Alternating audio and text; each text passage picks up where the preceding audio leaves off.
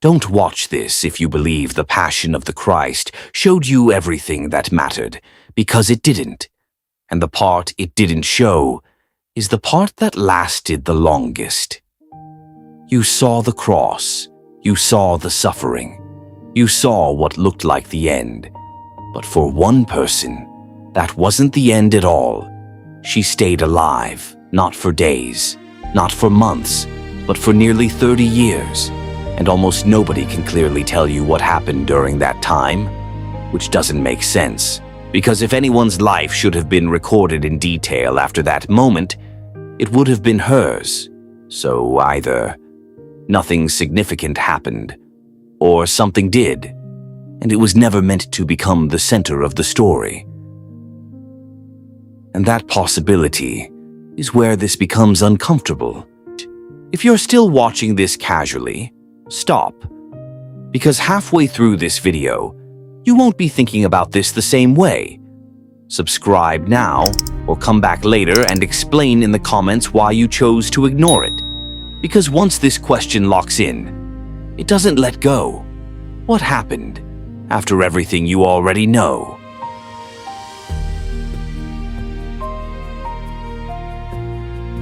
If you go back to the earliest records, you expect clarity, not fragments, not silence, clarity, because that's how we're used to understanding important lives, especially in a culture like the United States, where everything is documented, timelines, interviews, archives.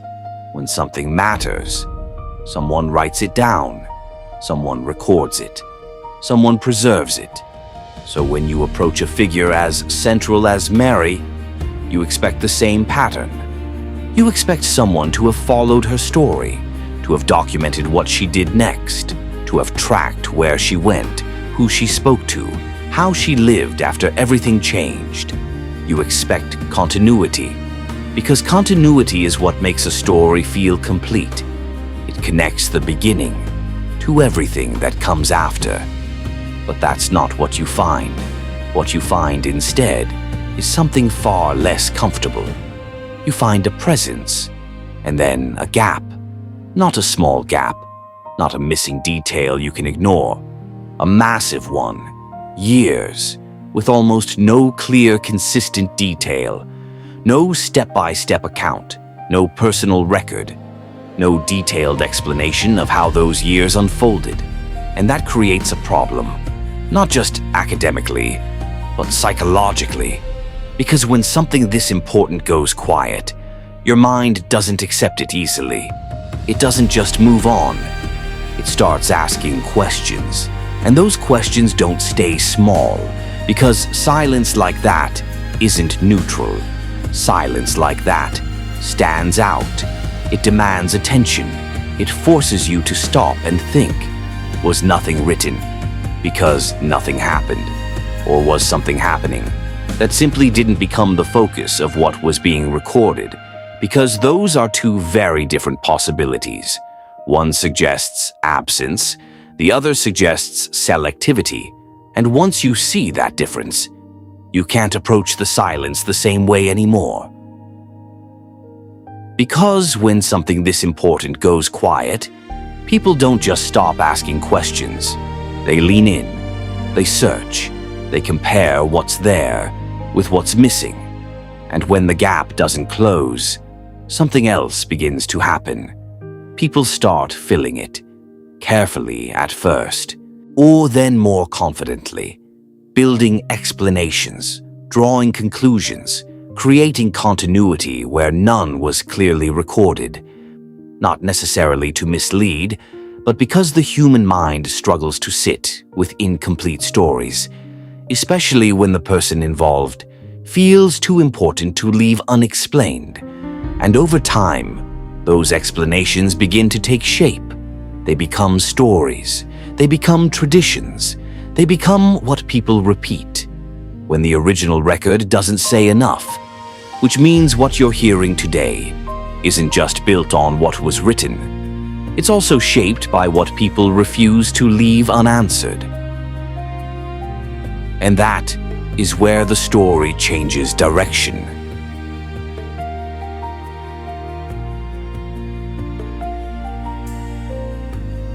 Because when you keep digging, you do find detailed accounts. Not fragments this time, not silence, but full stories. Descriptions, sequences, moments that feel almost complete. The kind of detail you were expecting from the beginning. And at first, that feels reassuring, because now it looks like the gap is being filled, like the missing part of the story has finally been explained. But then something changes, not in the story itself, but in when the story appears. Because these accounts don't come from her time. They don't come from the people who stood there. They don't come from the moment itself. They come much later, not years later, centuries later. And that difference matters more than most people realize, because in a culture like the United States, where timing is everything, when something is recorded matters almost as much as what is recorded. If a report comes out immediately, it carries one kind of weight. So if it appears hundreds of years later, it carries another. Not necessarily less meaning, but a different kind of credibility. And that's the part most people don't slow down to think about. Because the later a story appears, the more complete it tends to sound. More polished, more structured, more confident in its details, almost like it knows exactly what it's trying to explain. And that completeness is powerful, because the human mind is drawn to complete stories. We trust what feels finished, we accept what feels whole, even when we don't fully question where it came from. And that's where things become easy to overlook. Because the more complete a story sounds, the less likely we are to challenge it.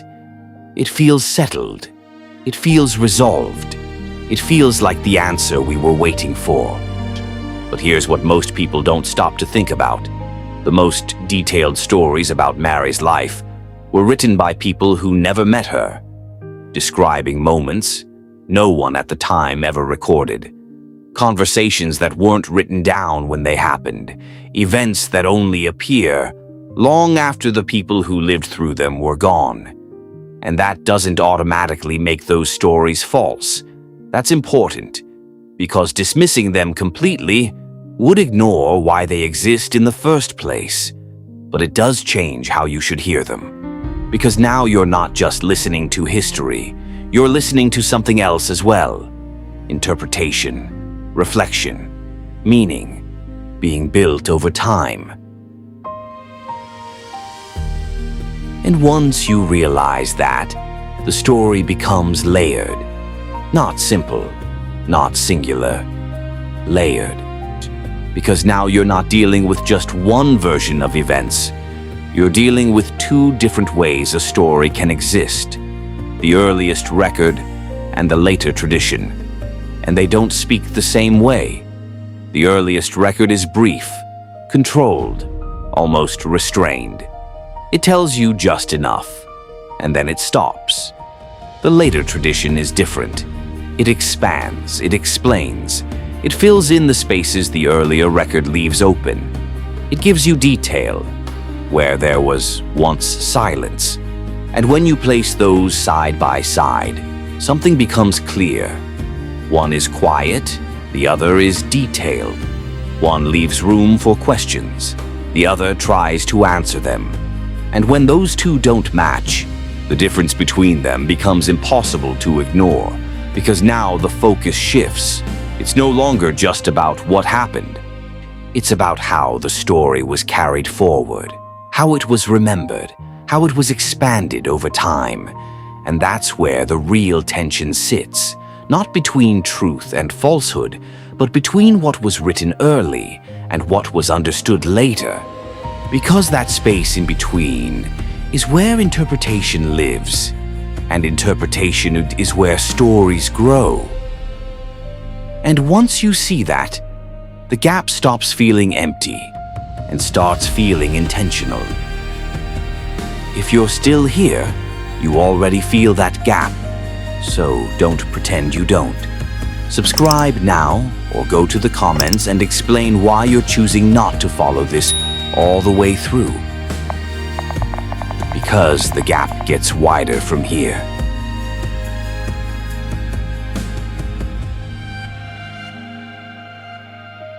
Because if you imagine those 30 years, your mind automatically fills them in.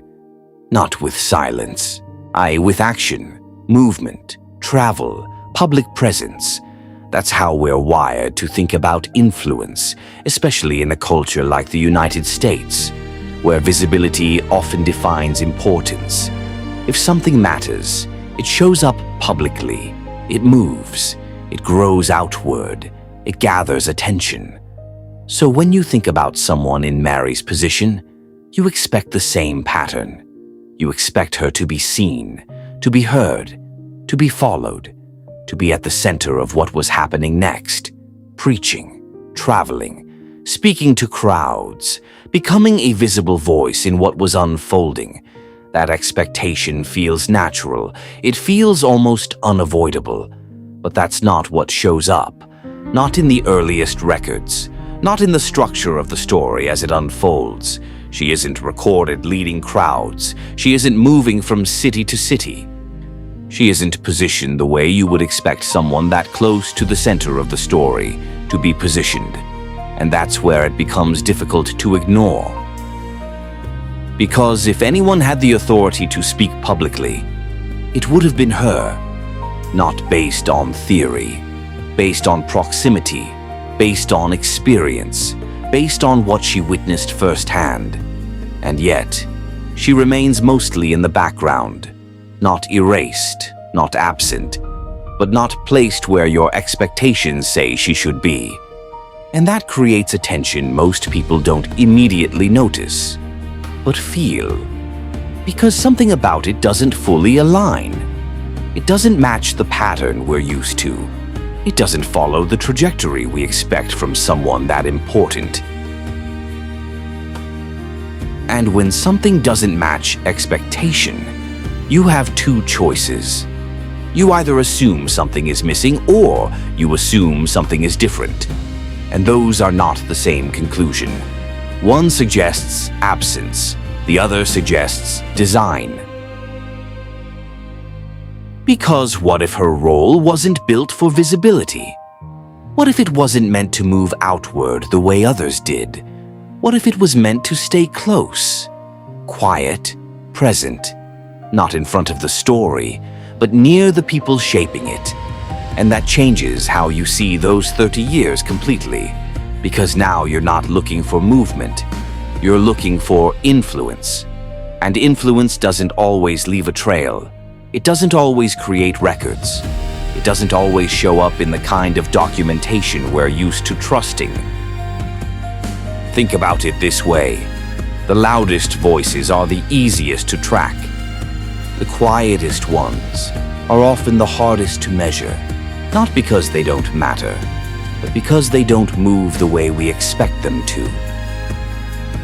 And if Mary's role lived in that space, then what she did during those years may not have been designed to be recorded the way everything else was, which means the absence of detail might not point to inactivity. It might point to a different kind of presence, one that stayed close enough to shape things without stepping into the spotlight. Because once you accept that possibility, the next question becomes unavoidable. Not what she didn't do, but what she may have witnessed while everything else was unfolding around her. And that is where the story becomes even harder to ignore.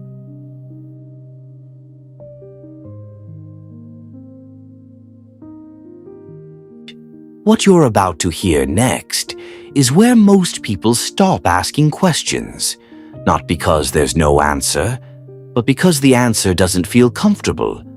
Because the deeper you go, the more it starts to look like this wasn't just a missing story. It was a story that never became central, even though it lasted the longest.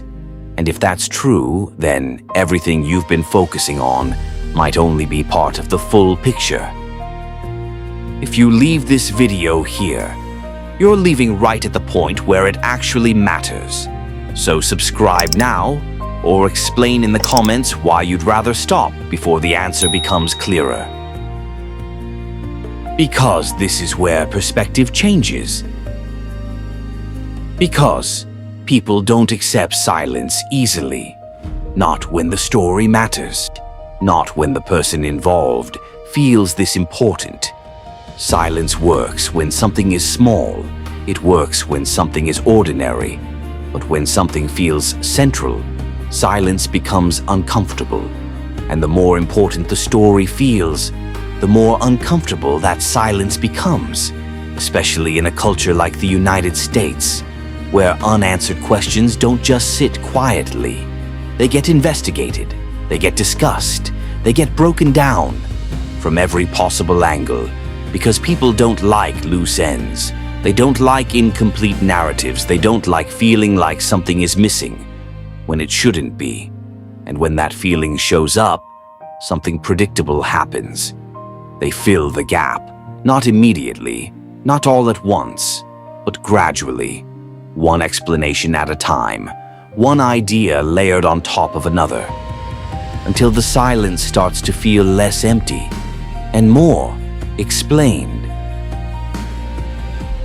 And here's where it becomes important to slow down, not the pace of the story, but the way you interpret what comes next. Because filling a gap doesn't always mean inventing something false. Sometimes it means trying to understand something that wasn't fully recorded, trying to give shape to something that was left open, trying to make sense of a silence that feels too significant to ignore. And that's how it begins. Not as a finished story, but as an attempt, an explanation, a possibility. And then it gets repeated, shared, passed from one person to another, from one generation to the next, each time becoming a little more defined, a little more structured, a little more complete, until it no longer feels like a possibility. It starts to feel like the story itself. And this is where something subtle happens, something most people don't notice while it's happening. The explanation becomes memory. The interpretation becomes tradition. And the tradition becomes what people repeat without questioning where it began. Because once a story fills a gap, it doesn't just sit there. It spreads, it stabilizes, it becomes familiar. And familiarity is powerful, because what feels familiar rarely feels uncertain, even if it started as an attempt to explain something that wasn't fully known. Think about how this works in everyday life.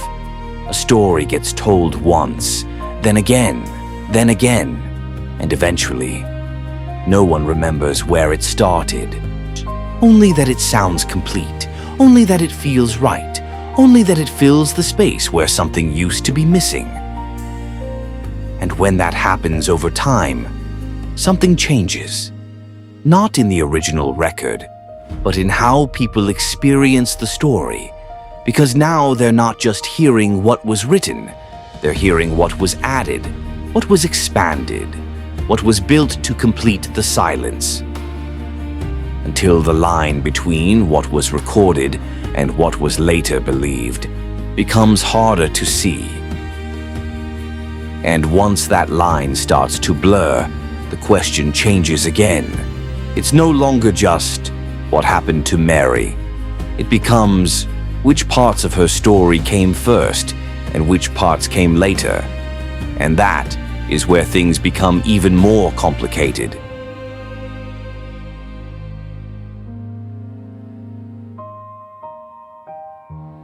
Because despite the silence, her importance didn't fade.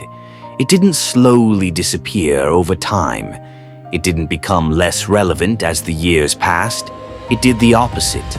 It increased. And that alone raises a question most people don't stop to ask. How does someone become more significant when so little is clearly recorded about their later life?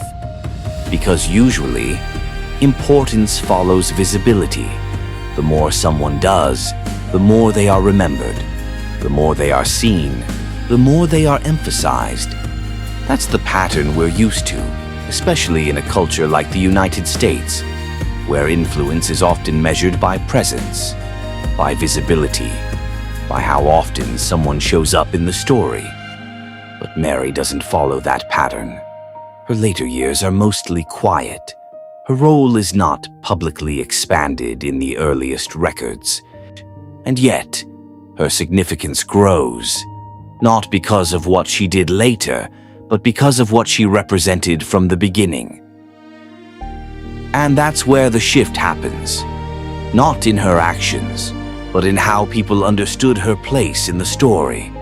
Because over time, the focus moves away from what she did next and toward what she meant, what she symbolized, what her role represented.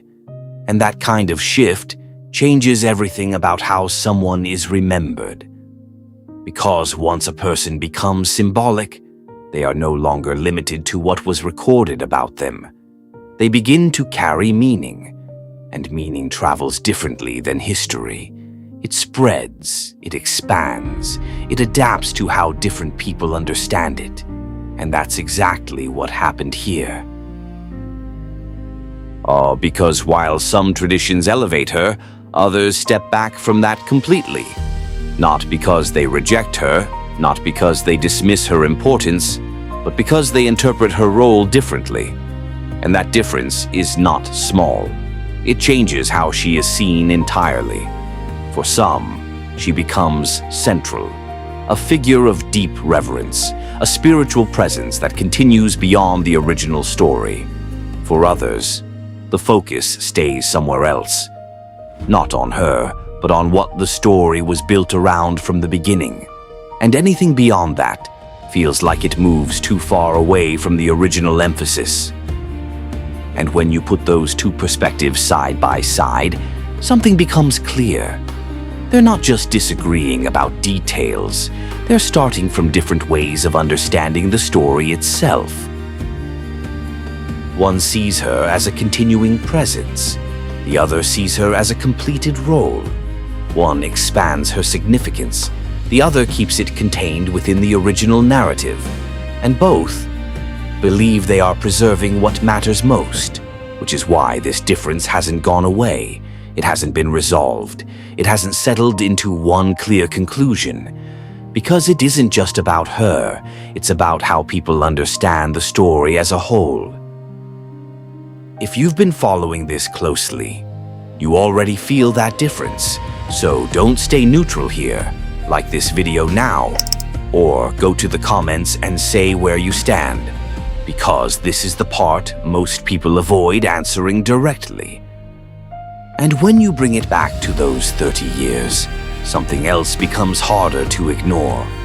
Because the part of her life that lasted the longest is not what made her most significant. It's what came before it, and what people understood from it over time. And that leads to the final question, not just about what happened, but about what was meant to remain in the background.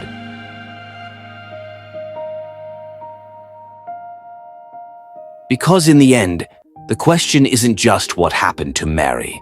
It's why the part of her life that lasted the longest never became the focus. And maybe the answer isn't hidden. Maybe it was never meant to compete. With the moment, everything was built around, and everything else remained in the background. If you made it this far, you already feel the difference. So don't leave quietly. Subscribe now, because content like this doesn't always reach you twice.